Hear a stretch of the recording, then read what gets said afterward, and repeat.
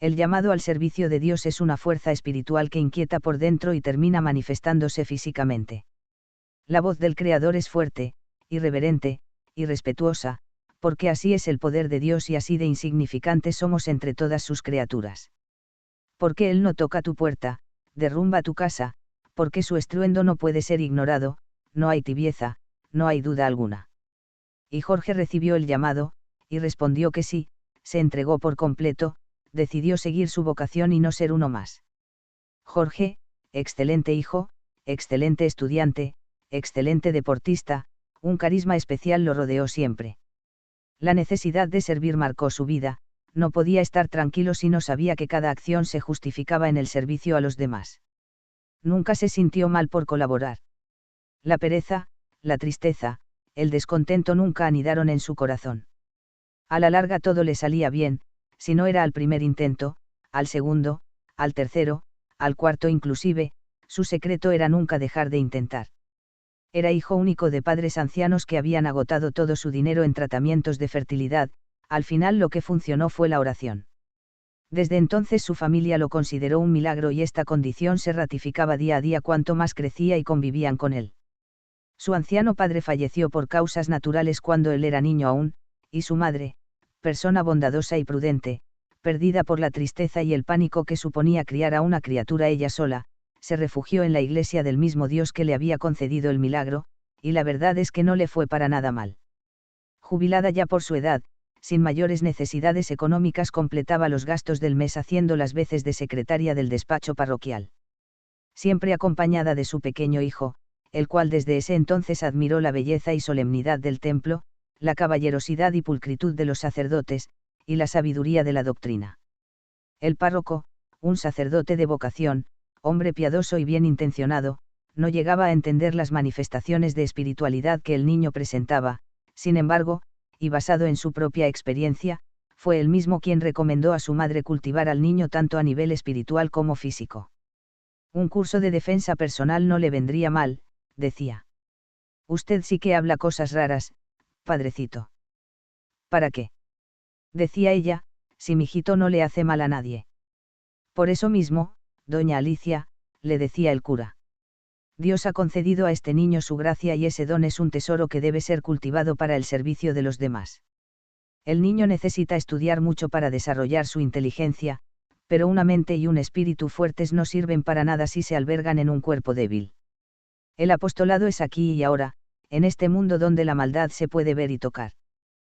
Confíe en mí, doña Alicia. Y es así como finalmente su madre decidió inscribirlo en el gimnasio de don Chucho Bolaños, antigua gloria del boxeo nacional y asiduo asistente a la iglesia parroquial. La especial virtud de la perseverancia, que en Jorge era muy fuerte, le impulsaba a realizar las cosas ordinarias de la mejor manera posible, así se convirtió en el mejor estudiante, el mejor monaguillo y en un gran deportista también. No obstante, esa misma gracia para cumplir todo de la mejor manera que encantaba a muchos también incomodaba a otros, especialmente a aquellas almas que transitan la vida de la forma más despreocupada posible. Pensaríamos que para aquellos poseedores de varios dones todo es muy fácil, mas, al contrario, es justamente para ellos que el recorrer de este mundo se vuelve un camino tormentoso. En este mundo de mierda una persona buena no es del agrado de nadie. Varias veces llegó con la cara y los puños maltratados por defender la verdad, decía. Su madre le aconsejaba con paciencia y lo curaba, la idea no era andar repartiendo golpes, le advertía, el que tiene la verdad no tiene por qué pelearse. Pero en la práctica todos sabemos que no funciona así la cosa, lo cierto es que al pasar el tiempo las peleas disminuían, bien sea porque cada vez era más difícil golpearlo, bien sea porque su obstinación terminaba por contagiarse en los demás. Y así fue como su persona crecía y se desarrollaba mientras era testigo del marchitar de su hermosa madre. Cuando finalmente ella enfermó y falleció, sabía perfectamente qué debía hacer, seguir el llamado que le había inquietado hace mucho. Fue el momento de salir de la vida secular y dedicarse enteramente al sacerdocio. Ingresó al seminario, en donde alcanzó muchísimos reconocimientos por su extraordinaria calidad humana, su pasión por el estudio y su entrega a los demás.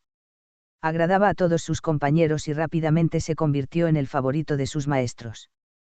Por su parte, él nunca había sido tan feliz, aislado del mundo, dedicado a las sencillas tareas de un seminarista, ejercitaba su espíritu con las estrictas jornadas de oración y contemplación, y cultivaba su mente con la infinidad de lecturas y el milenario conocimiento que su orden había guardado por siglos, casi desde la misma fundación de la ciudad.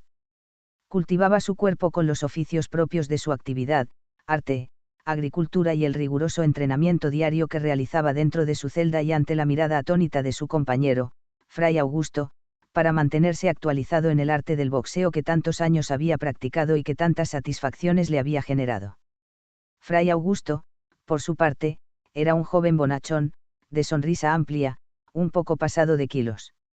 De tez blanca, mejillas rosadas y cabellos rubios, embutido en el hábito tenía toda la apariencia de un fray de novela romántica medieval. El deporte no era para él y trataba de evitarlo a toda costa, sin embargo, el conocimiento era algo que le obsesionaba.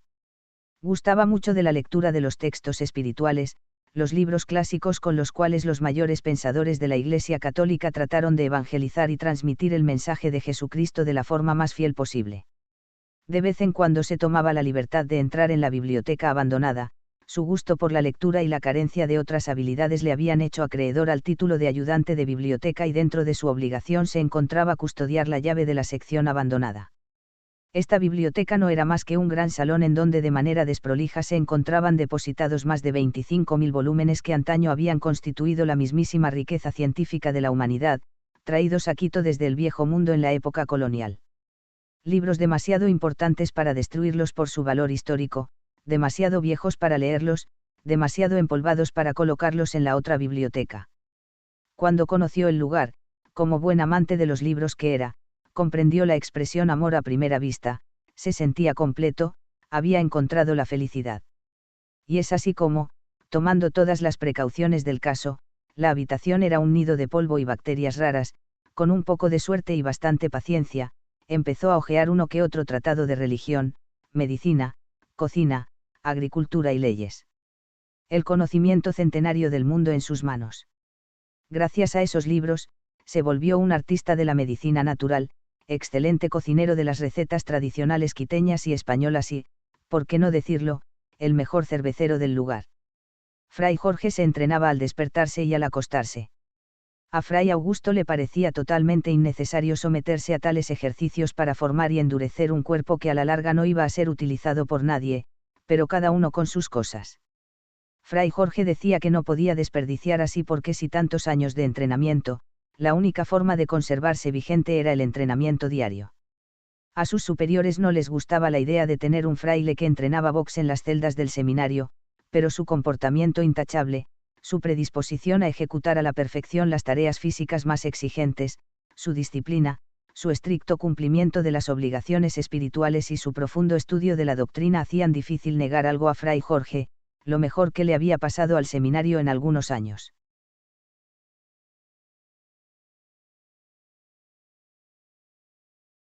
Fue tal su perseverancia que como siempre terminó contagiándola a Fray Augusto, quien empezó a tomar en serio el entrenamiento de su compañero.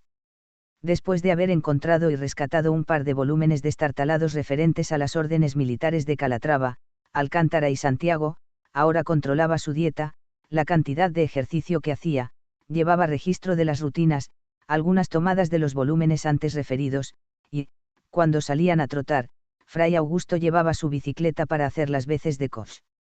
Bastante hilarante era observar a horas de la madrugada al fraile gordo y bonachón con su hábito montando bicicleta, persiguiendo a duras penas al otro fraile musculoso que trotaba a toda velocidad por las empinadas calles del centro histórico. Fray Jorge, en cambio, no tenía problema en contar con un entrenador personal a su alcance, perfectamente instruido en medicina y combate medieval, muy agencioso con las anotaciones y el seguimiento técnico de su actividad, y que aplicaba cada vez más el acondicionamiento físico de los soldados de las antiguas órdenes militares de la Mater Ecclesia. A veces a Fray Augusto le entraban ganas de hacer diabluras y armar una pelea como para probar a su pupilo, molestaba al resto de seminaristas o a uno que otro feligrés que asistía a la iglesia a cumplir el servicio dominical, el alcalde de la ciudad, por ejemplo, seguro de que podía con unos cuantos guardaespaldas, pero por supuesto que controlaba sus impulsos y solo reía para sí mismo de sus ocurrencias. ¿Qué sería de nosotros si damos rienda suelta a todos nuestros impulsos?, se preguntaba. Una de las pastorales que el seminario auspiciaba consistía en salir por las noches y recoger a las personas desamparadas que sin ayuda normalmente morían de frío en las duras calles de piedra del centro histórico. No era un apostolado para todos, codearse con la inmundicia de la ciudad todas las noches era un trago amargo de beber. Prostitutas, ladrones, adictos, asesinos observaban cómo un par de frailes recorrían las calles a pie embutidos en sus hábitos rezando el Santo Rosario. Conversaban con los olvidados y les brindaban esperanza, un pan, una oración. A veces se adelantaban a las mafias que los esclavizaban y los ponían a mendigar por el norte y sur de la ciudad. Entre tanta mierda, los curitas se volvieron parte del paisaje, un par de espectros que, emulando tiempos antiguos, transitaban de acá para allá. La escoria trataba de no delinquir frente a ellos, como que no valía, decían. Además los curitas no se metían con ellos y a veces hasta se hacían de la vista gorda cuando las prostitutas y los brujos transaban con sus clientes. A veces uno de los curas soltaba una frase como, piensa en tu familia, hijo, y el negocio se fregaba inmediatamente. Claro que el delincuente se enojaba, curitas de mierda, pensaba, pero al rato se le pasaba. No podían enojarse con los representantes de aquel Dios que abiertamente había amado a los pecadores por igual. De todos modos los clientes abundaban y los frailes pasaban una vez o dos a lo mucho. Algunas chicas también hacían lo suyo cuando los monjes pasaban, medio en serio medio en broma ofrecían su servicio a gratuidad. Especialmente el cura gordo se sonrojaba, agarraba su panza por sobre el hábito y le decía, este cuerpito ya tiene dueño, y señalaba con el dedo al cielo, luego les daba la bendición, sonreían amistosamente y continuaban su camino. Un día de Jueves Santo, en uno de los callejones del centro, los gritos de una mujer llamaron la atención de los frailes. Esa ocasión estaban disfrazados de cucuruchos, pues se habían estado probando los trajes el día previo a la procesión del Jesús del Gran Poder, y entre una y otra vuelta no habían tenido la ocasión de cambiarse. Un día de Jueves Santo, en uno de los callejones del centro, los gritos de una mujer llamaron la atención de los frailes. Esa ocasión estaban disfrazados de cucuruchos, pues se habían estado probando los trajes el día previo a la procesión del Jesús del Gran Poder, y entre una y otra vuelta no habían tenido la ocasión de cambiarse. Con las características túnicas moradas, cordel blanco y la máscara a la cual le habían retirado el cono para poder caminar cómodamente, llegaron al callejón. Observaron a tres sujetos. El uno era un hombre alto y delgado, ropa sucia y harapienta, de rostro arrugado y ojos saltones, sostenía un cuchillo bastante grande de hoja triangular, que, por la forma como reflejaba la luz, se notaba perfectamente afilada a ambos lados.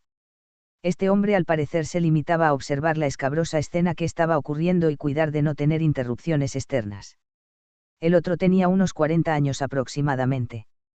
De aspecto descuidado, abdomen voluminoso, pantalón mal sujeto a la cintura, brazos gruesos y velludos, dientes podridos, cabeza grande sin mucho cabello, estaba propinando una paliza a la mujer que se encontraba en el suelo. El tercero era un hombre de mediana estatura, de aspecto atlético y vestido con un traje de color vino, zapatos negros brillantes, camisa blanca y corbata del tono exacto del traje. Con las manos en los bolsillos estaba contemplando la escena, fue el primero en darse vuelta al notar la presencia de las dos figuras que, con sus capuchas y hábitos, parecían apariciones de otra época.